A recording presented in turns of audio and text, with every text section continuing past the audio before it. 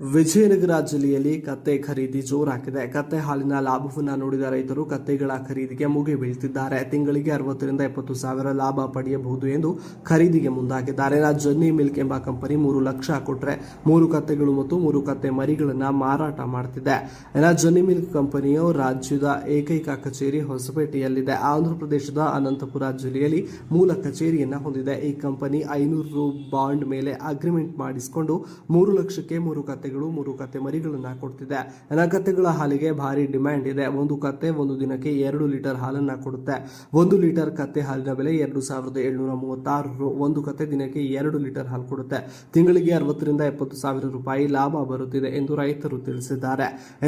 3 ಕತ್ತೆಗಳು 3 ಕತ್ತೆ ಮರಿಗಳು ಸೇರಿ ಒಂದು ಯೂನಿಟ್ ಅಂತ 3 ಕತ್ತೆಗಳು ಮತ್ತು 3 ಕತ್ತೆ ಮರಿಗಳನ್ನ ಸೇರಿ ಒಂದು ಯೂನಿಟ್ ಅಂತ ಹೇಳ್ತಾರೆ. ಆದರೆ 20 ಯೂನಿಟ್ ಈಗಾಗಲೇ ಮಾರಾಟ ಮಾಡಲಾಗಿದೆ. ಸದ್ಯ ಕತ್ತೆ ಹಾಲಿನ ಲಾಭ ನೋಡಿ ರೈತರು